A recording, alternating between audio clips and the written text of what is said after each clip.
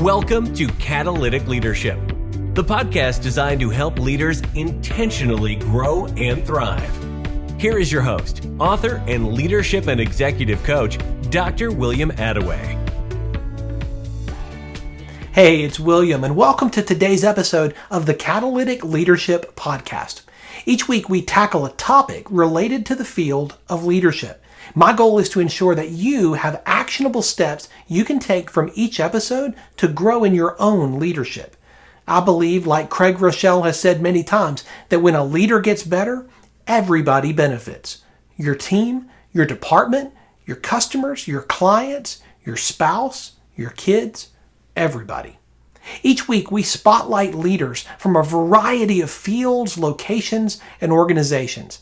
My goal is for you to see that leaders can be catalytic no matter where they are or what they lead. I draw inspiration from the stories and journeys of these leaders, and I hear from many of you that you do too. Let's jump in to today's interview. I'm so excited to have Brian Gorman on the podcast today.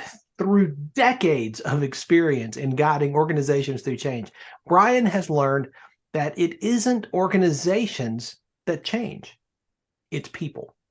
His understanding of the change journey and how to move through it has successfully served global corporations as well as solopreneurs and everything in between. One of the co-owners of the 4-day work week trademark, Brian has a deep understanding of today's disrupted business environment and what's required to successfully lead into the future. Brian, thank you so much for being on the show. William, I'm excited to be here. I would love for you to share some of your story with our listeners, Brian, particularly around your journey and your development as a leader. How did you get started? I actually was drafted out of graduate school in 1972 and ended up enlisting in the Air Force rather than going into the Army, and spent 4 years as a drill sergeant in Air Force basic training at Lackland Air Force Base. I didn't realize it at the time, but what I was really learning was what has come to be known as organizational change management. And the lesson that you just mentioned, that it isn't organizations that change, it's people. Every 6 weeks, we had 48 new young men that were there to enter the Air Force and in the process of basic training to become a fully functioning team. And that was my very early set of lessons, I think, on becoming a leader, because I didn't really fit the mold. I was approved for that position because I, at the time, had my undergraduate degree in cultural anthropology. My flights, which are what the groups of trainees are called, were constantly being recognized for outstanding performance. And I was constantly being told I would be a better leader if I would cut my hair shorter and shine my shoes more. That's great.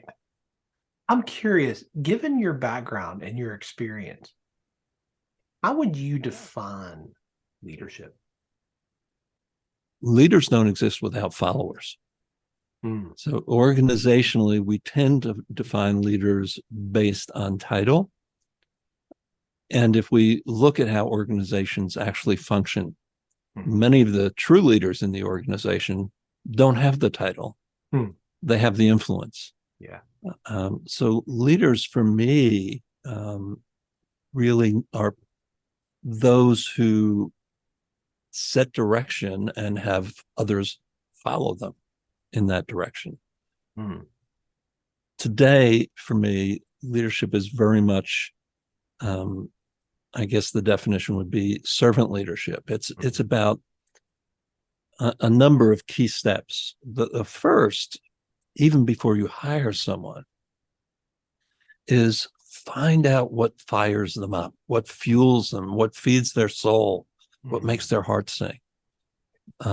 If that is something that you need in your organization, you've got a great hire. If not, they're just going to show up at best. Once you bring somebody on board, do everything you can to prepare them to succeed. And then just keep sweeping the road clear in front of them so that they can. The last few years, things have changed. And yeah, I know, right? We have seen such a dramatic change in culture, but in the workplace as well.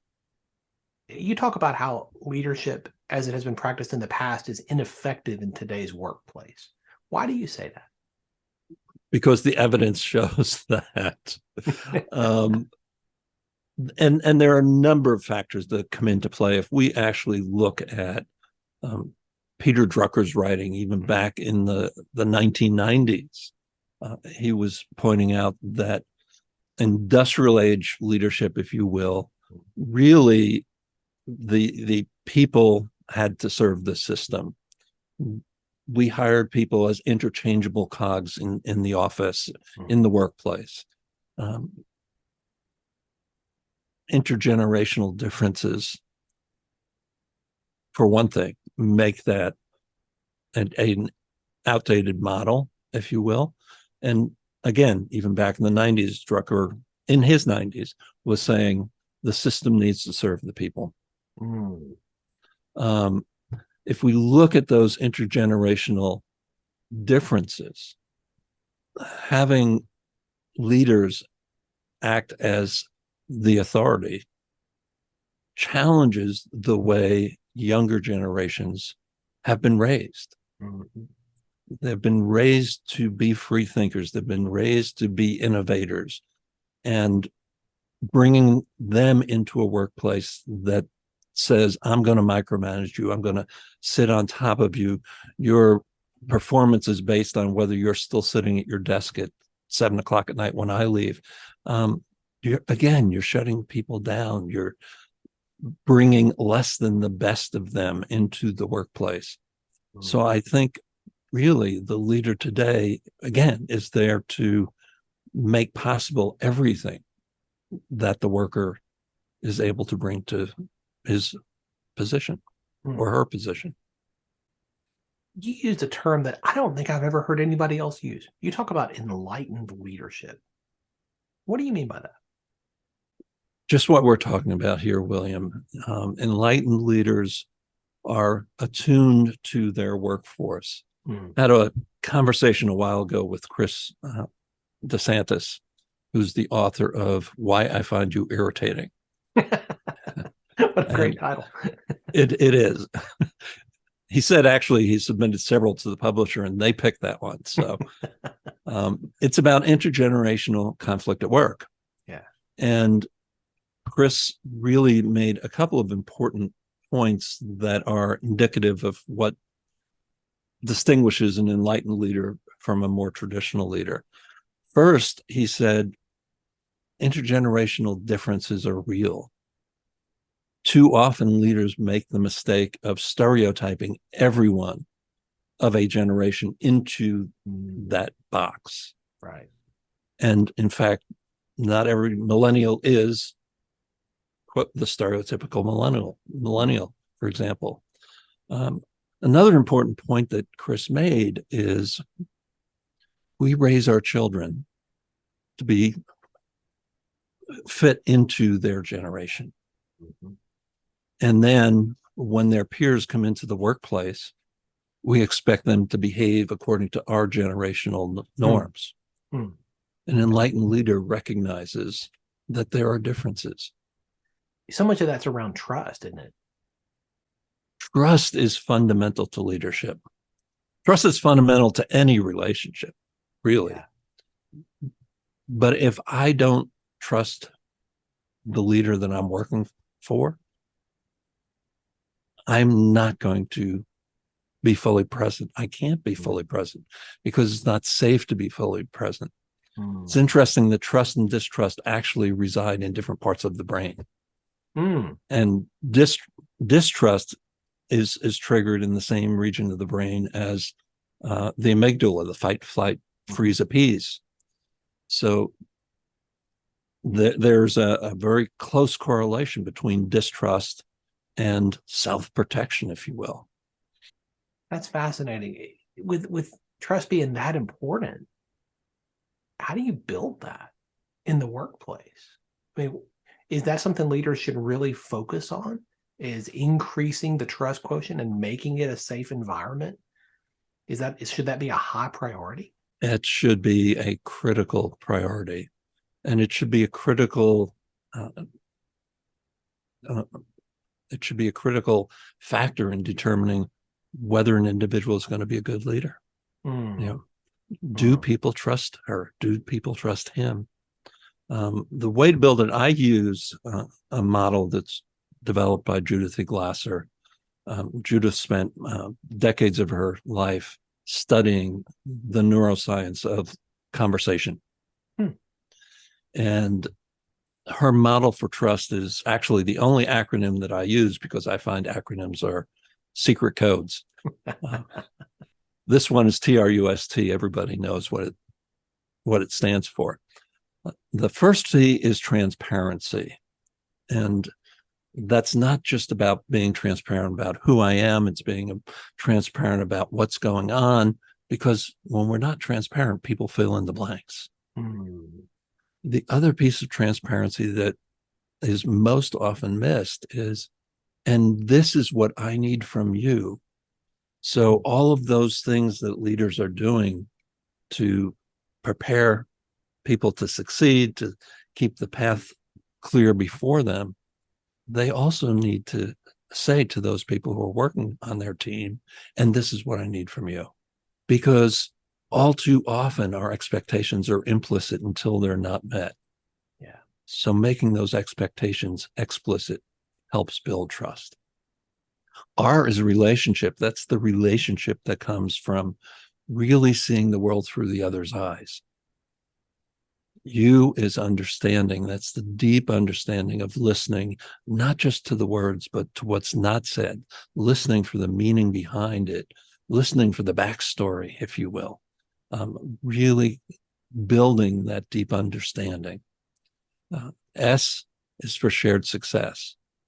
And you and I have both worked with and for leaders who spend a lot of time wordsmithing where we're going, so that they can then go off and give that language their own path forward. Shared success, that's not shared success. Shared success is really having those tough conversations till we come to agreement on specifically what the outcomes are we're striving for. And then the last T is telling the tough truths with caring and candor. So really bringing empathy, but also accountability. What a great model. I really hope our listeners have jotted those down, or will back up the podcast and re-listen to those so that they can, because I think there are components there that are so incredibly helpful, no matter what you're leading, where you're leading, whatever context you're in. These are practical, these are applicable, no matter where you are. You talk, Brian, about how important it is for leaders to listen to their head, their heart, and their gut. Tell me what you mean by that. Not every neuroscientist will use the same language. They all agree on the facts. In our hearts are the same motor neurons and sensory neurons as in our heads. In our gut, there are about as many neurons as in a cat's brain. And again, motor neurons and sensory neurons. The same electrochemical activity takes place in our hearts and our guts as in our heads. So some will talk about the cephalic brain in our head, the cardiac brain in our heart, and the enteric brain in our gut. Others will talk about the cephalic brain and a cardiac or heart neural network or neural cluster, gut network or neural cluster. But we know now that the heart, and this shouldn't surprise anyone, who've actually known it for decades and centuries and centuries. The heart is the seat of passion, compassion, and values. Mm. The gut is the seat of self-protection, of courage, and who we are at our core. Mm. The connection between head, heart, and gut is through the vagus nerve, and the cellular structure suggests that about 90% of that communication is upward. Mm. So listening to your heart and listening to your gut is not some sort of wimpy behavior or some woo-woo kind of thing. It's very real. Mm. Mm. Much of our unconsciousness is triggered through our heart and our gut. When you have a feeling that there's something that I'm not really comfortable with about that person, that's real. Mm. That's in your gut enteric brain, if you will. Something has built a filter that says, these signals tell me something I need to be careful of. That's fascinating, and it aligns with so much of the research that we read around mindset and how it's important to be mindful of what is going on in us and around us as we craft the mindset that we're going to need, not just for today, but for tomorrow as well. That mindfulness, that being aware, again, not just of what's happening outside of you, but that gut Yeah. feel, that heart feel. I love that. I think that language is so incredibly helpful. Again, no matter the context of a leader. You are the co-owner of the 4-Day Work Week trademark. I I have am. been hearing more and more and more about the 4-Day Work Week. In fact, my LinkedIn feed this week, I think they dropped some new research on this, and my feed this week seemed to be overflowing with people talking about the potential of this. Why would a company consider adopting this, changing their work schedule into a 4-day work week? It's not an easy process. It's not right for every company. And Tony Carnesi and I, the other co-holder of that trademark, use it as a metaphor. And it's a metaphor for flexibility. It's a metaphor for becoming more productive in the time that you spend at work, so that the end result is the same or improved from a business perspective, and the number of hours put in are less. So why would a company consider this? First of all, if you still have an office, there is some reduction in overhead. Yeah. In terms of just the heating and the lighting and all of those, the coffee and all of those kinds of things. That may be significant, it may not be. But there are clear signs that employees are more productive when you develop the program in a correct way, that employers, or I'm sorry, that the people that work in the organization have improved mental and physical health, that there's more community engagement outside of the workplace. That again, if people are commuting to work, you're contributing to reducing emissions and pollution and so forth and so on. So it has significant benefits to the employees of the organization. Again, when done right, to the organization itself, to its clients, and to the broader socioeconomic environmental climate. So much has been talked about over the last few years, again, with quiet quitting. People changing careers, saying, I'm not going to put up with this type of an environment. I'm not going to put up with these hours or this boss, because we all know people will most often leave a boss more than they leave a company, right? Because of the culture that's been created. This 4-day work week seems to be addressing part of the problem that has been spoken more lately, which is around balance. balance of what happens in the workplace and what happens outside of it. And it seems to be addressing it in a way that brings value to people and says, we see you, we hear you, and we want to help you improve your balance in your life. Understanding that you're not just a cog in the machine, like you were talking about earlier, that you're not just, this interchangeable part, but you're a 3D actual human being that has a life outside of the office. What a novel idea, right? Is that the heart behind it? That's what it feels like, but is that the heart behind this? I don't know that that's the heart behind it. It's certainly a significant piece of it. And I actually speak about work-life blending these days, not balance. Yes. Because if we go back to the COVID work environment, people were getting their kids to school in the other room on the tablet or the PC, right. Coming back into a meeting, going to feed or bathe an elderly parent. They were blending their full range of responsibilities, both quote work and home, if you will, throughout the day. And a flexible 4-day work week allows that. So, an organization may have some people that work 8 hours a day, 4 days a week.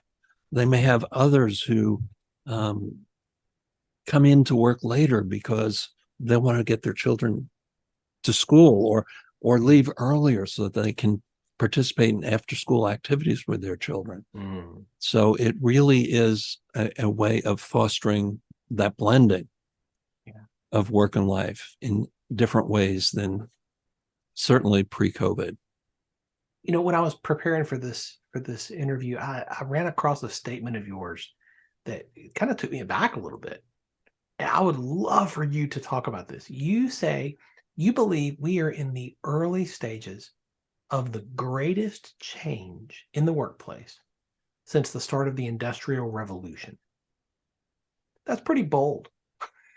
I mean, we've seen a lot of change just in our lifetime in the workplace. But you think we're in the early stages of something so much bigger, so much greater.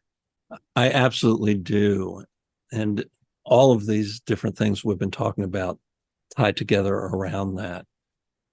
I believe that we are in the early stages of the equivalent of a digital workplace based on an agrarian model, if you will. That work is done from anywhere at any time when it's needed, using the resources that are required to get the work done. As we think about the impact of COVID, as we think about which was really a catalyst for change that's been rumbling for a long time. Sure.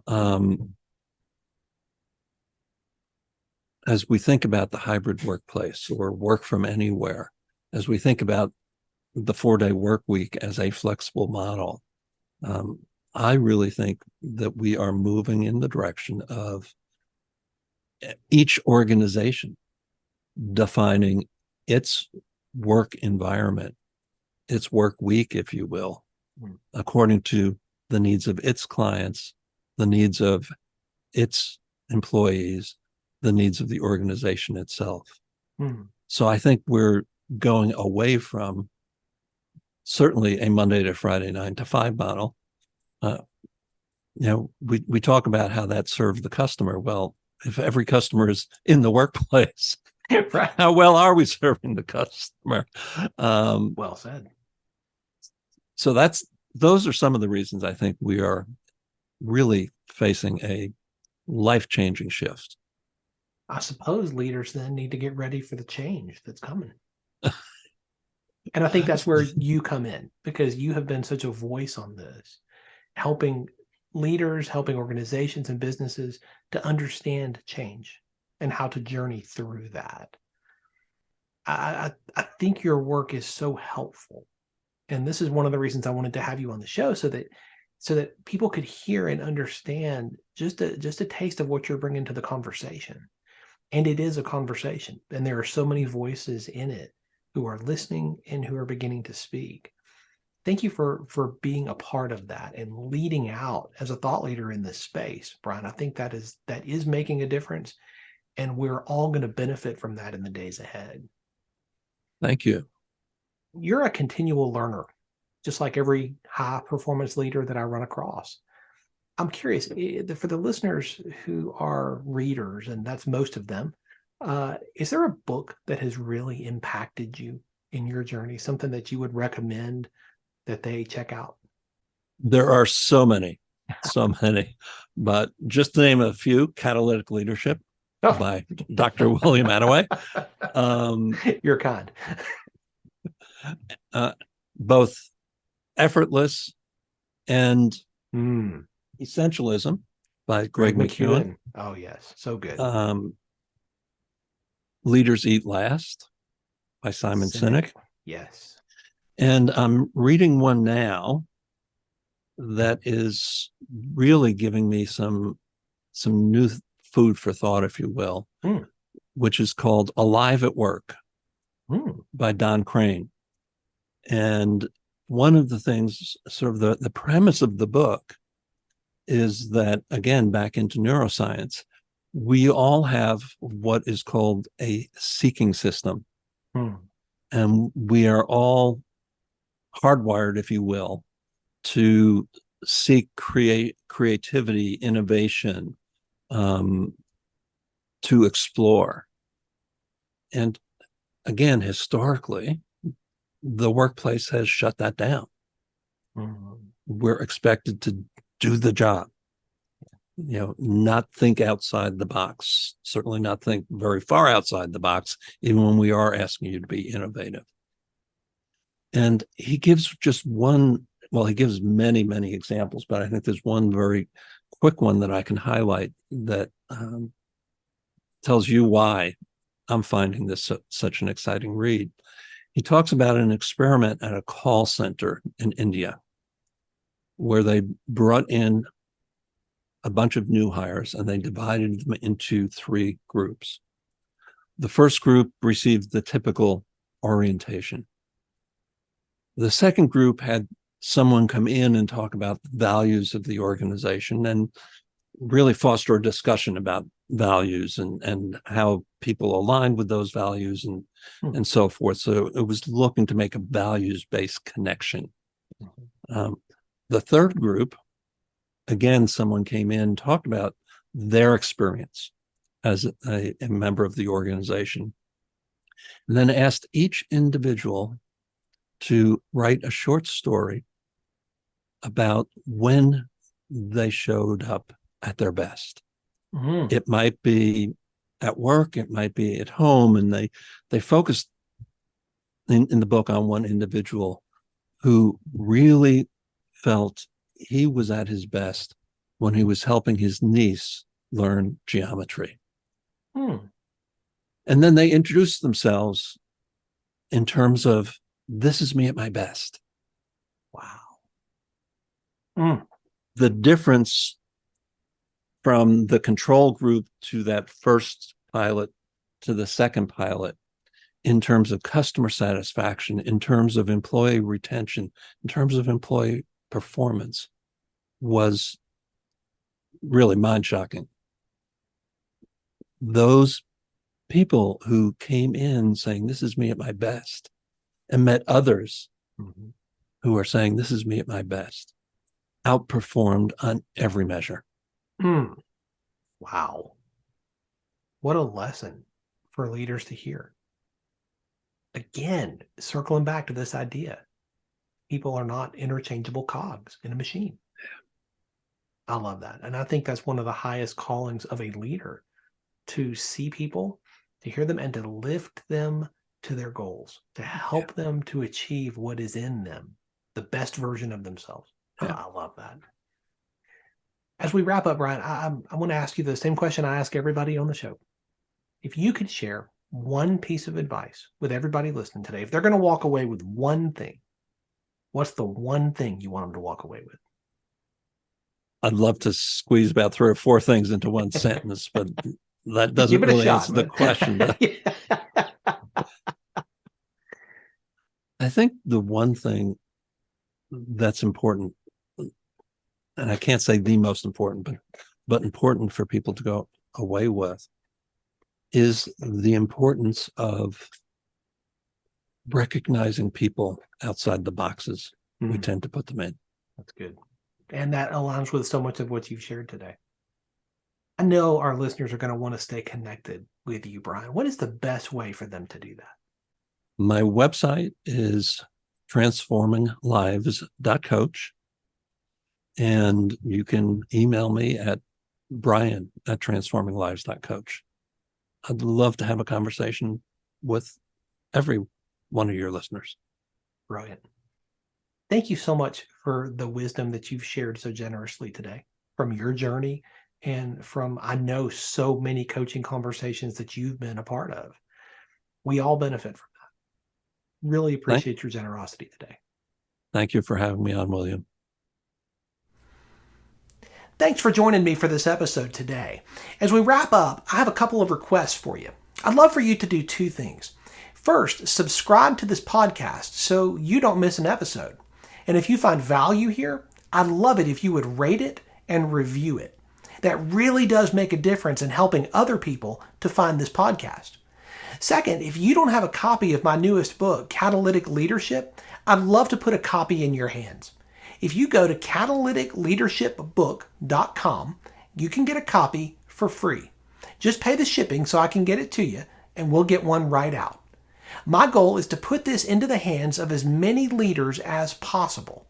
This book captures principles that I've learned in 20 plus years of coaching leaders in the entrepreneurial space, in business, government, nonprofits, education, and the local church. You can always connect with me on LinkedIn to keep up with what I'm learning and thinking about. And if you're ready to take a next step with a coach who can help you to intentionally grow and thrive as a leader, I'd be honored to help you. Just go to catalyticleadership.net to book a call with me. And stay tuned for our next episode next week. Until then, as always, leaders, choose to be catalytic.